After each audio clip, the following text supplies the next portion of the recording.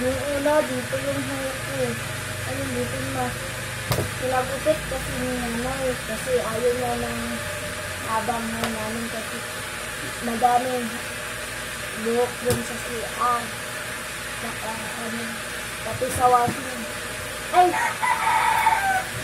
Ayan guys, sunod na guys. So, magpapalong muna ako doon ha. I-post muna ko to. Babalik lang ako. Ayun guys. Napuno na siya.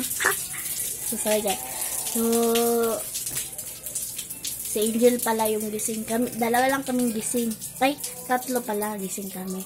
Yung si Jangjang kasi, Krisha kasi, nandun sa gym na-practice ng sayaw para sa MAPI. Yung isa, nandun sa duyan, si cellphone.